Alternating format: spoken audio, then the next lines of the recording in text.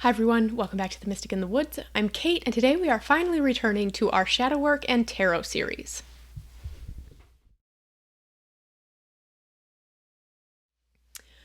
Alright, so to bring us back into the Shadow Work and Tarot series, we are going to be talking about the Devil card. So this is the Devil from the Darkness of Light Tarot. This is the Devil from the Tarot of the Abyss. Okay, so these are just a couple different Devil card depictions to kick us off.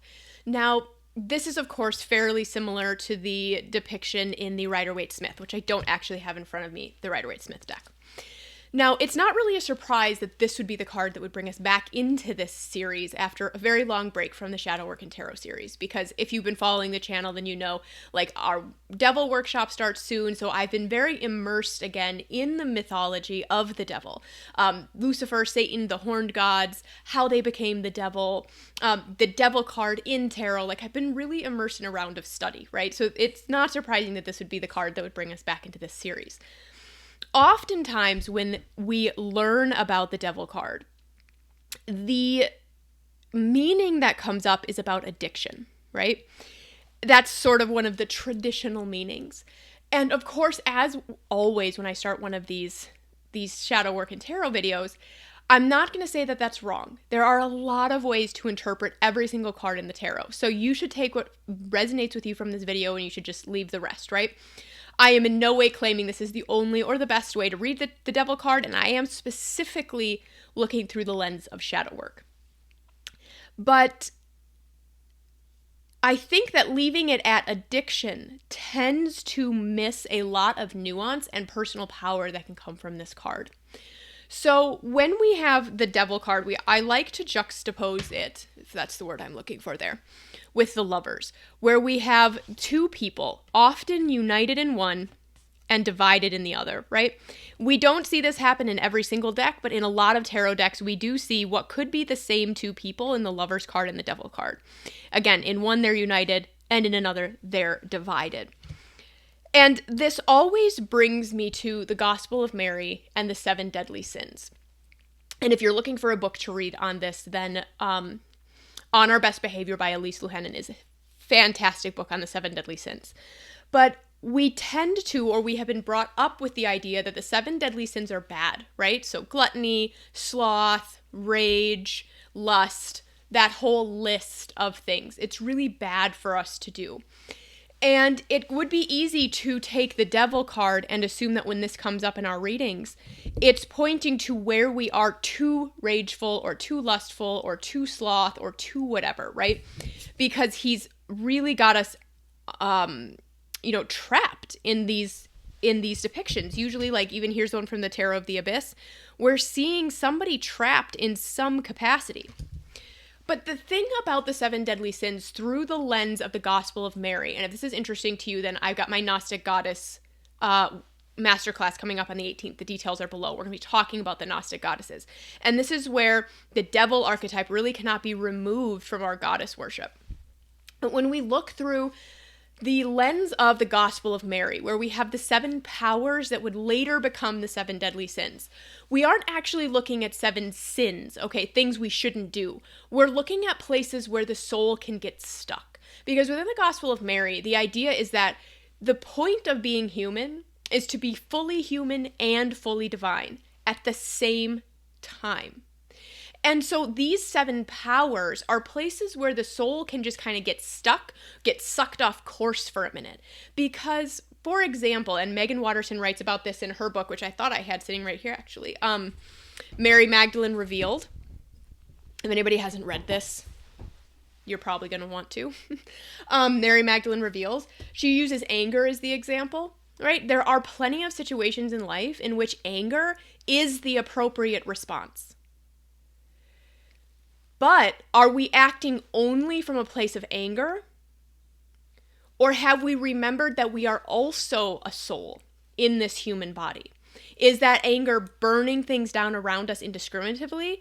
Or is it standing up for the places that us or others have had our boundaries crossed, have had injustices happen, right?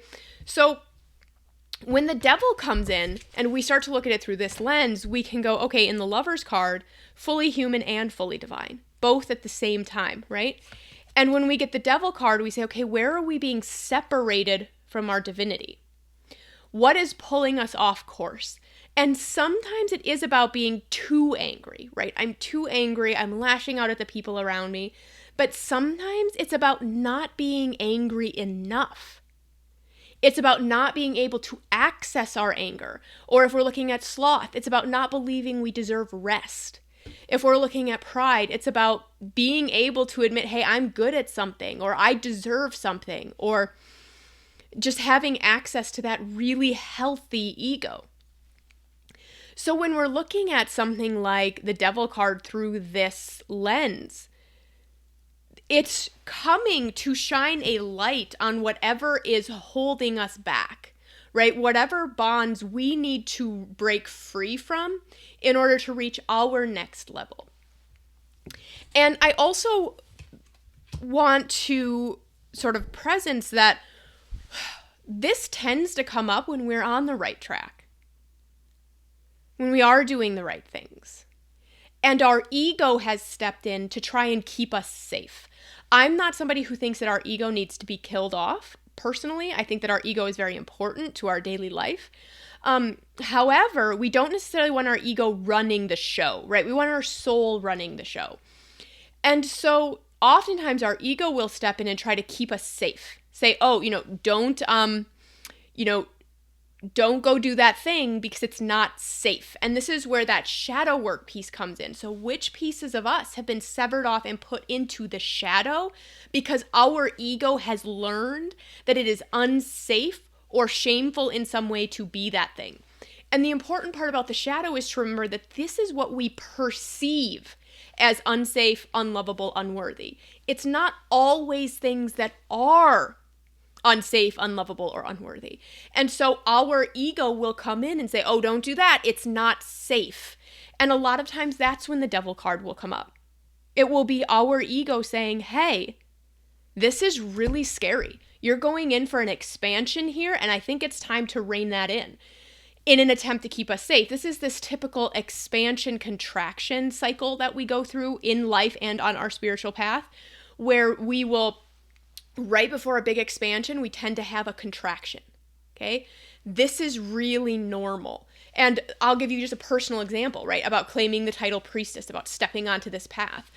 As I've done that more and more over the last 18 months, this card and this idea has come up a lot for me, right? This idea of, is it safe to be a priestess? Don't you remember the last 2,000 years where it wasn't safe to be a priestess, right?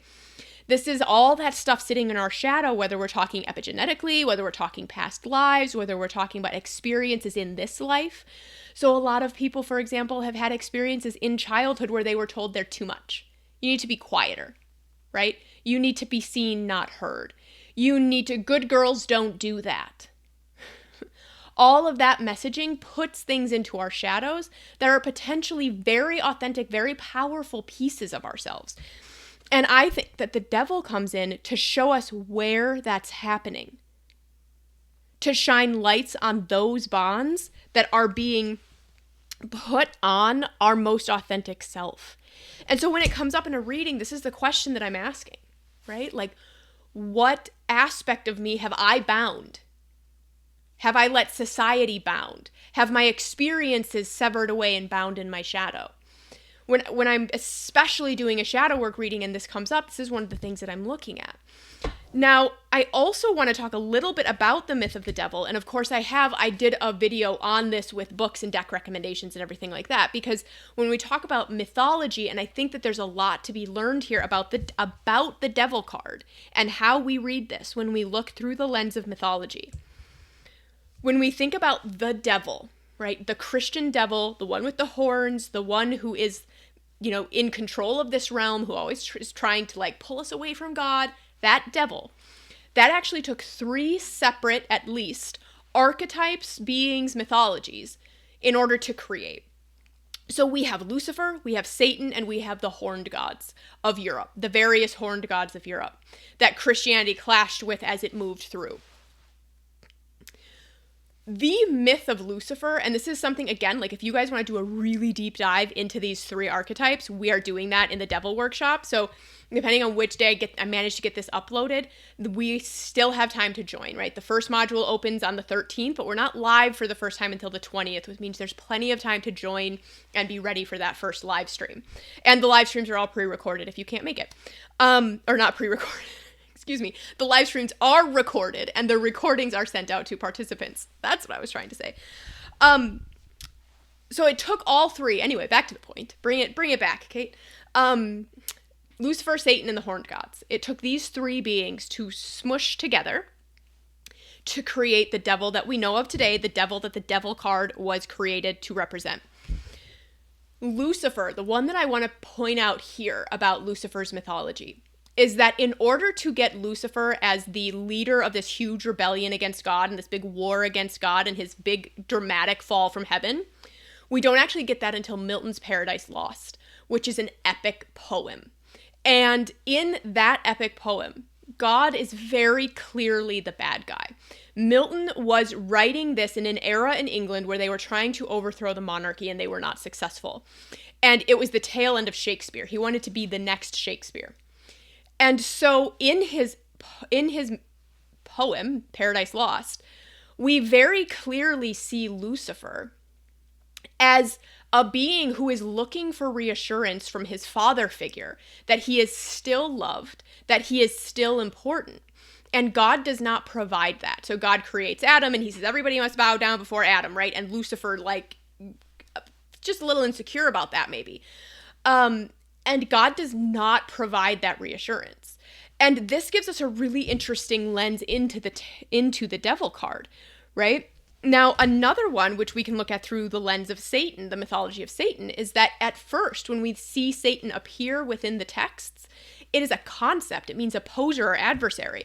So when we look through that lens, we go, okay, where am I acting as an opposer or an adversary to my own divinity within? Because it eventually became a being, and then it became a title and then a being, always working on behalf of God in the beginning, where he's testing people to see, do you love God enough? Are you listening to God? Like all those things. And so another way we can look at this card is, what is, again, back to the 7 deadly sins, kind of, where am I putting up some kind of blockage between me and not a God out there who's judging me, but between me and the divinity of my soul, that concept of being fully human and fully divine that we get in the Gospel of Mary. But the third myth, this is where I'm going to pull out a different card, this is from the Witch Sisters Tarot, is the idea of the different horned gods that we come across in Europe. And these are the gods that are very connected to the earth, to the forest, to the animals, to the animalistic nature of humanity. They're virile, masculine portrayals of the divine and of humanity in general. And so when we look at it through this lens, we start to, yes, there is the warning of indulging too much as a human can come with some costs. And so we want to look at that, right? But I think generally this is always about balance. And just like the 7 deadly sins, where we've pretty much tipped into don't be too gluttonous, don't be too prideful, don't be too envious. The opposite side of that is also a problem. When we're not envious enough, when we're not prideful enough, when we aren't gluttonous enough, that's also a problem. And so humanity, thanks primarily to Christianity coming into conflict with this archetype of various horned gods throughout Europe, has swung so far in the other direction of all that stuff is bad, right? Don't dance under the moonlight. Don't dance around the fire. Don't chant. Don't drum. Don't, all of that stuff being demoted. That I think sometimes when the devil comes forward, he's like, hey, don't forget the human piece of you.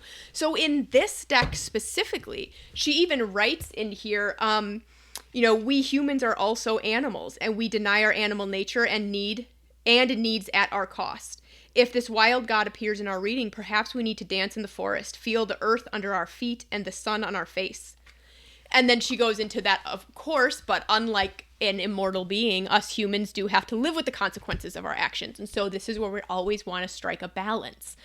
So when the devil comes up in my shadow work readings, for me, it really is about this balance of being fully human and fully divine. And how am I veering off course with that? And mostly, how have I put that on myself, or how is that sitting in my shadow? Because again, when we look at the concept of sin, it wasn't always this big, huge transgression against God. It usually just meant like you missed. You shot at the target and you missed a little bit. And so the idea of sin is that it is these places where our human soul just gets caught up in remembering our full divine human self. So if you want to get started using tarot and your shadow work, I have my whole shadow work and tarot PDF. You can get that for free at the link below. This is where I have like a huge plug and play template. So there's a whole bunch of different prompts. You plug it into the spread and it helps you to get started with your tarot and shadow work. Now, if you want to learn more about the Gnostic goddesses, right, like I was talking about Mary Magdalene, the 7 deadly sins, that type of thing, I have my Gnostic goddess masterclass coming on November 18th. And if you really want to deep dive with the archetype of the devil, and we are also going to be doing a tarot bonus in that workshop, then the devil workshop, the devil you don't know, the first live stream is coming up on the 20th. So you still have plenty of time to join, to get started on that. And if you have any questions about any of this, if there's something you'd like me to go dive deeper into, go ahead and let me know in the comments below. Otherwise, I will see you in the next video. Bye.